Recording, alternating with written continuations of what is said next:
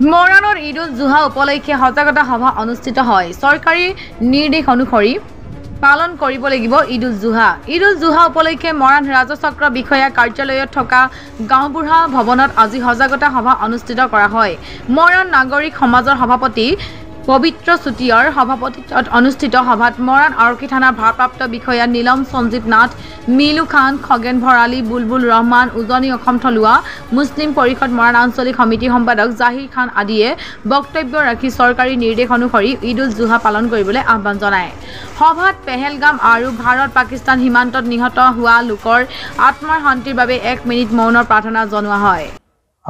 পোনপ্ৰথমে আমি আগন্তুক ঈদ উল জুহা অৰ্থাৎ কুৰবানী ঈদত সমূহ ৰাইজক আন্তৰিক ধন্যবাদ জনাইছোঁ আৰু সেই প্ৰতি কুৰবানী ঈদৰ প্ৰতি লক্ষ্য ৰাখি আজি আমাৰ মৰাণ চক্ৰ বিষয়া গাঁও প্ৰধান ভৱনত এখনি সভা আহ্বান কৰা হৈছে।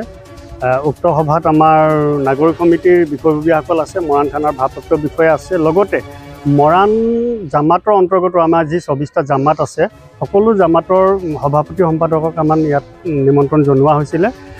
কথা হ'ল কি, আমাৰ যি কুৰবানী ঈদটো আছে সেই কুৰবানী ঈদটো আমি তাত কুৰবানী দিওঁ আৰু সেই কুৰবানী আমাৰ অসমত বিশেষকৈ উজনি অসমত কুৰবানী প্ৰথাটো বেছি আছে। সেইকাৰণে বিভিন্ন জাতি জনগোষ্ঠীৰ মাজত আমি সকলো বসবাস কৰি থাকোঁ, যাতে এই কুৰবানীটো দিয়া সময়ত খুব সাৱধানতা অৱলম্বন কৰি দিয়া হয়। সৰু ল'ৰা ছোৱালীৰ হাতত যাতে এই কুৰবানীৰ ভাগবোৰ বিতৰণ কৰাৰ ক্ষেত্ৰত যাতে নিদিয়ে আৰু তাৰোপৰি আমাৰ কুৰবানীৰ সময়ত যি কটা বচা হয় যাতে ফটো মাৰি মোবাইলত নিদিয়ে, তাৰ প্ৰতি সজাগতা সভা আহ্বান কৰা হয়।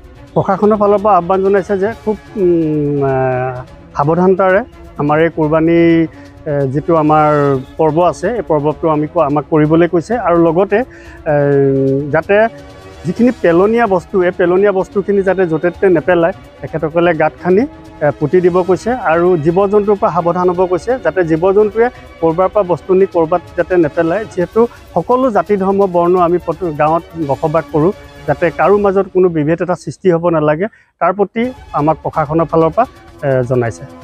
ইয়াৰ লগতে আমাক প্ৰশাসনে আৰু এটা কথা জনাই দিছে যে ক'লা পলিথিন ব্যৱহাৰ কৰাৰ লগতে আৰু ছ'চিয়েল মিডিয়াত কিন্তু এই যি আমাৰ কুৰবানী হয় এই কুৰবানীৰ যিকোনো ফটো যাতে ছ'চিয়েল মিডিয়াত আপলোড নকৰে তাৰ কাৰণে কিন্তু অনুৰোধ জনাইছে।